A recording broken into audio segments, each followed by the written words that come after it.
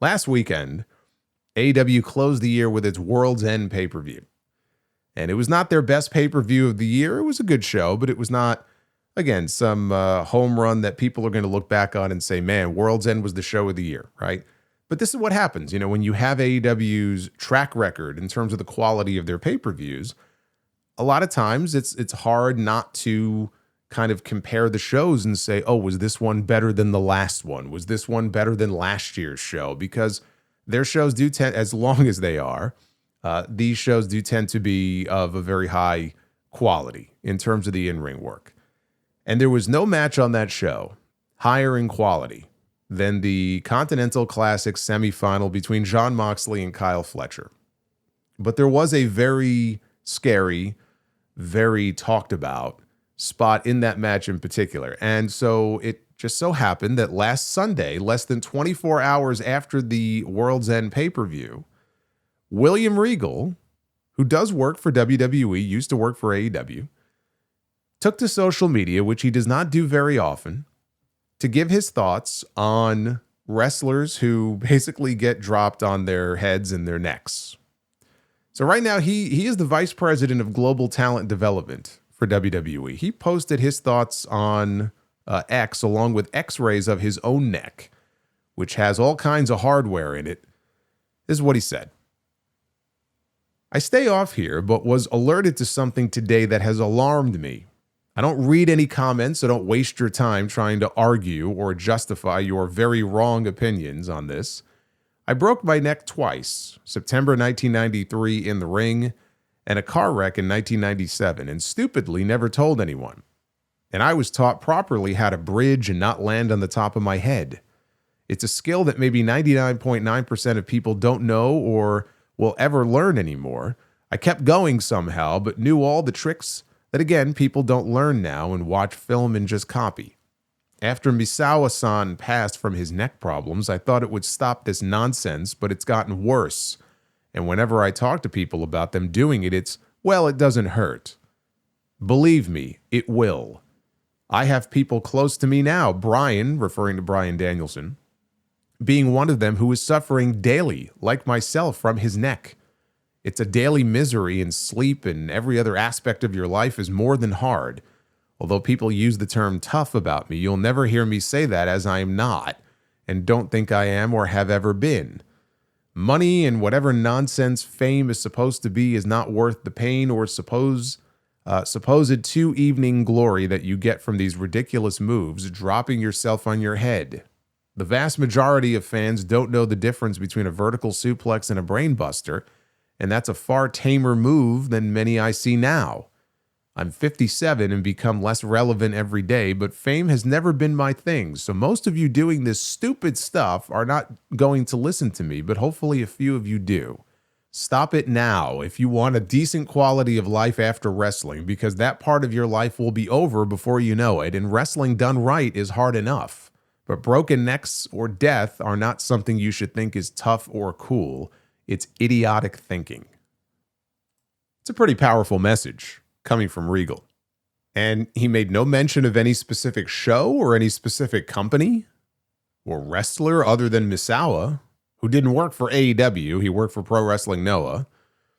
But he posted this the day after a World's End pay-per-view with not one but two scary spots. There was also one with Chris Statlander dropping Jamie Hayter off the top rope with a spinning Michinoku driver. And the other one with Jon Moxley giving Kyle Fletcher an avalanche cutthroat suplex where Kyle landed right on top of his head. And a lot of AEW fans really pushed the timing of this post. The tribalism kicked in so that the message he was trying to convey was immediately glossed over. And instead, it became an us versus them thing. And the conversation shifted away from what the real heart of the message was to this whole issue of tribalism on social media, and it was completely overshadowing what Regal was trying to talk about here. So it became us versus them, and, Regal should keep his mouth shut. Where's that same energy for when, WWE people get dropped on their neck there? I saw a lot of people posting clips of the Doomsday Device botch from War Games with Cody Rhodes, CM Punk, and Braun Breaker, where Breaker he landed the wrong way. He landed on his neck. which was not done intentionally. Evidently, people can't distinguish between the two. But I got to tell you, man, some of these comments that I saw in different places on social media, Reddit, like it's unbelievable. Like it blew me away. It shouldn't surprise me, but it does. And these are real comments here. I'll just read some of them to you. This one person said, I would be understanding if Regal actually cared about someone's health. But like many others have said, he's just doing this to take a shot at AEW IMO. Because anytime something clickbaitable happens on AEW, someone always has to chime in, and not for a good cause. WWE is responsible for the death of someone because they wanted to mock the entrance of their competitor. More than one person has been paralyzed in a WWE ring. No one from WWE or who is a fan of WWE has any right to say anything about safety of wrestlers in any company. If any disingenuous WWE employee or fan says anything, simply remind them of all of these things. Regal was very quiet when Punk nearly broke Braun Breaker, or when Rhea Ripley also nearly broke Zelina Vega's neck, or Asuka dropping Io Sky on her head, or when Cody, quote, can't do no wrong roads, injured Kevin Owens' neck. Which, of course, he didn't, but please go on. And now all of a sudden he cares about wrestlers' safety? LOL. Also, Regal can easily reach out to John or Kyle and tell them, hey, don't do this type of spot, or be careful with this. How about you do this? Instead, like a good WWE ass kisser, he goes to social media trying to bash AEW during their pay-per-view weekend to derail the conversation about what was another great pay-per-view. We had Hoagie Town on X. He's a weasel. Always has been. Completely disingenuous. Here's another one. He's one of my all-time favorites, but he's absolutely shilling at the Fed's request here. The Fed's request. It's a valid message, but the timing reeked, whether that was the intention or not, of concern trolling after an AEW event. Concern trolling. So the implication being that he's not really concerned. He's just trolling as if he's concerned, but Regal really doesn't give a shit. I would like to point out to you that Regal posted that same X-ray on November 11th, 2018, with the following message. This is my neck today. You may think you know what you're doing, or you don't care, or well, this or that. I have 4 fused discs and trained my neck properly almost daily. It will happen if you keep this up and you don't want to go through it. And then one of his replies to someone underneath, he said, this was from an operation 3 years ago, and I'm fortunate that I don't have problems, but just trying to let the younger fellas see that they need to cut out the dangerous moves, dropping each other on their heads. Does that sound like concern trolling to you? This is not the first time that he has shared a message like this. That was 8 years ago. If it was the Kyle Fletcher spot that prompted him to post about it again, I fail to see what the problem is here. Seems to me that some of these wrestlers may need the reminder. Yet Piper Niven this week, who herself is said to be out with a career-threatening neck injury right now. She tweeted, the line between, but I feel fine, and I just want to feel okay again, is horrifically thin, and you have zero idea how close you are to teetering on the edge of it. Please take heed, my darlings. Ivar of the Viking Raiders, he responded with x-rays of his own neck and said, life-altering.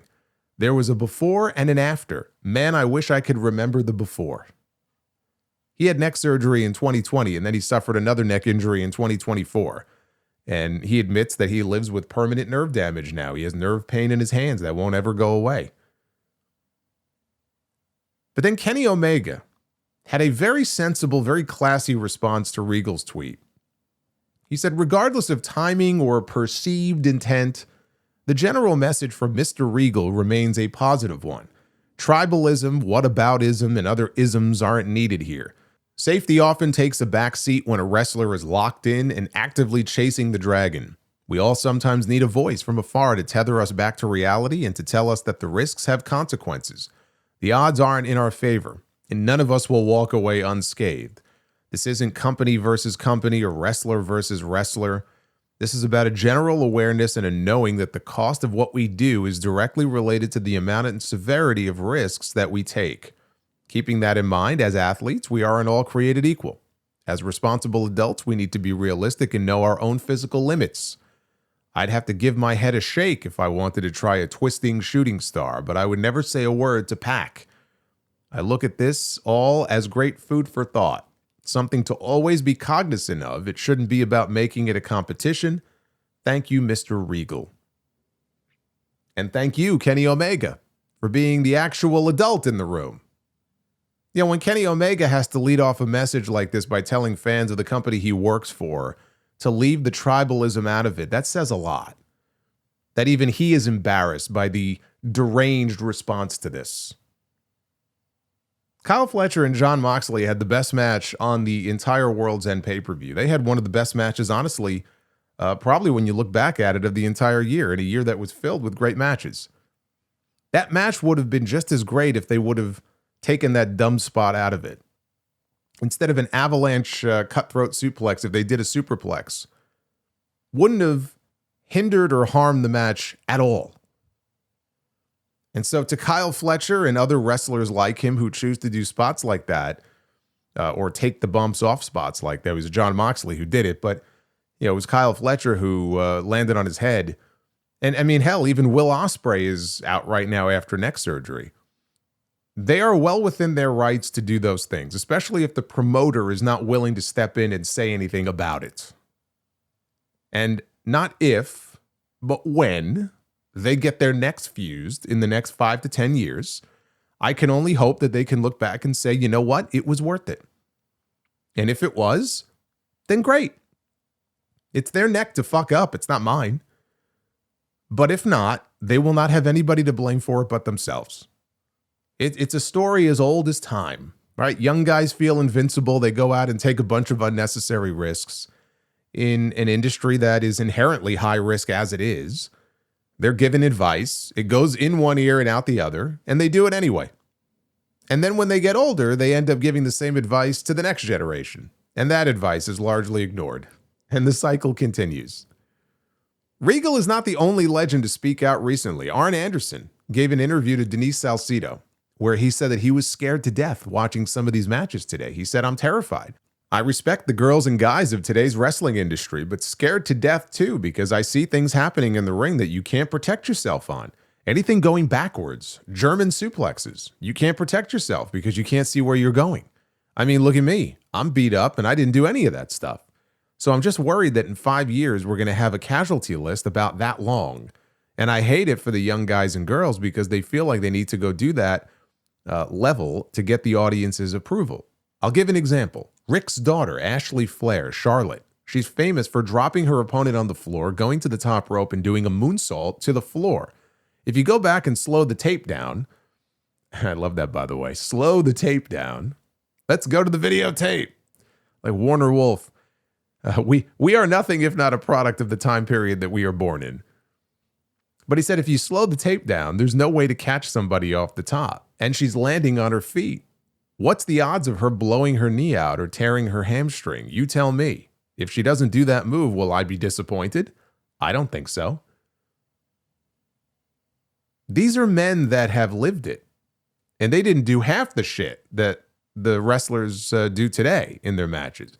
So they may not listen, but there's nothing wrong with being concerned. It's not concerned trolling. They're concerned and they're speaking out about it. You know, I'm not William Regal and I'm not Arn Anderson, but as a fan, I will say this. Arn is absolutely right on this point.